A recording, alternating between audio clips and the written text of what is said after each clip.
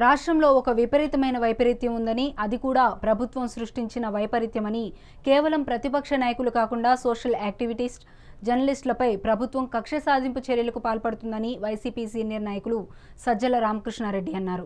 గుంటూరు జిల్లా జైలులో రిమాండ్ ముద్దాయిగా ఉన్న వైసీపీ పార్టీ బాపట్ల మాజీ ఎంపీ నందిగామ సురేష్ను ములాఖాత్ అయ్యేందుకు సజ్జల రామకృష్ణారెడ్డి, మాజీ మంత్రులు అంబటి రాంబాబు, విడుదల రజని, ఎమ్మెల్సీ లీలా అప్పిరెడ్డిలతో కలిసి గుంటూరు జిల్లా జైలుకు వెళ్లారు.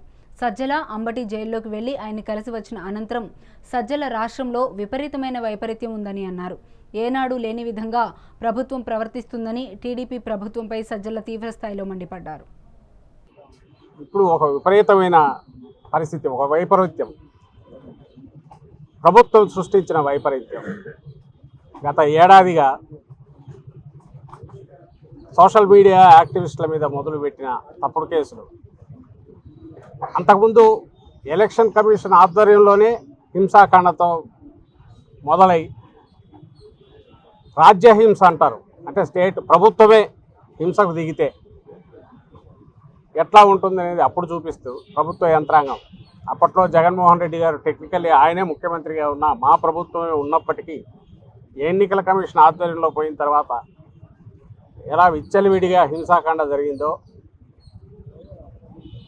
అడ్డగోలుగా బదిలీలు జరిగాయో, by the time Chandrababu Naidu గారు ప్రమాణ స్వీకారం చేసేసరికి ఓ టెర్రర్ ఎట్లా క్రియేట్ చేశారో అప్పుడు చూసాం. ఆ తర్వాత ఈ ప్రభుత్వం వచ్చిన తర్వాత వరుస పెట్టి అందరికంటే అత్యంత బలహీనమైన దీంట్లో ఉండే సోషల్ మీడియా యాక్టివిస్టుల మీద, మళ్ళీ సోషల్ మీడియా యాక్టివిస్టులు అనగానే దానికి చాలా ఇవి వస్తాయి. అక్కడ ఎవరన్నా అసభ్యంగా ఇది చేసిన వాళ్ళని సహించమని ఎవరు చెప్పారో దానికి చట్టాలు ఉన్నాయి. వాటి దానికి పోకుండా అసలు పెట్టని వాడిని కూడా, పెట్టిన వాడిని కాకుండా అతనికి లింకులు కలుపుతూ 50 మందినో 100 మందినో వీళ్ళ ప్రోద్బల మంది ఉంటే వాళ్ళను పెడుతూ వందలాది యాక్టివిస్టులను, సింపథైజర్లను, మాతో సంబంధం లేని వాళ్ళను కూడా, లేదా పోస్టులు పెట్టని వాళ్ళను 5 ఏళ్ల క్రితం 10 ఏళ్ల క్రితం కూడా తీసి అక్రమంగా కేసులు పెట్టి, ఒక స్టేట్ అనుకుంటే ఒక పథకం ప్రకారము కుట్రపూరితంగా చేస్తే ఎంతవరకు పోవచ్చు అనేది పరాకాష్ఠకు తీసుకెళ్ళారు. ఇక దాని తర్వాత జరుగుతున్నవి చూస్తే అక్కడి నుంచి మొదలై నాయకుల మీద, సీనియర్ నాయకుల మీద ఒకసారి రుచి మరిగాక వాళ్ళకి అర్థమైంది కేసు అవసరం లేదు, ఎవిడెన్స్ అవసరం లేదు, ఒక కథ రాసుకుంటే స్క్రిప్ట్ పక్కాగా ఉంటే ఆ పాత్రలో అంబటి రాంబాబునైనా తీసుకురావచ్చు, విడుదల రజనీనైనా తీసుకురావచ్చు, నాగార్జునైనా తీసుకురావచ్చు, ఇంకోరినైనా తీసుకురావచ్చు, ఆఖరుకు జగన్మోహన్ రెడ్డి గారి వరకైనా పోవాలంటే పోవచ్చు అని చూపే ప్రయత్నం, ఆ దిశగా ఏదంటే అది కథలు అల్లుకుంటూ మొదలయ్యారు. ఈ ధైర్యం ఎక్కడి నుంచి వచ్చింది?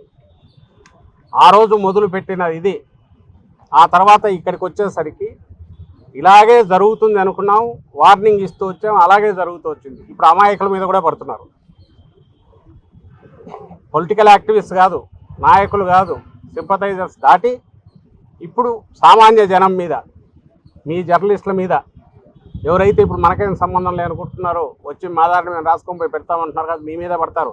ఆల్రెడీ అది మొదలైంది. సామాన్య జనం మీద కూడా పడినారు.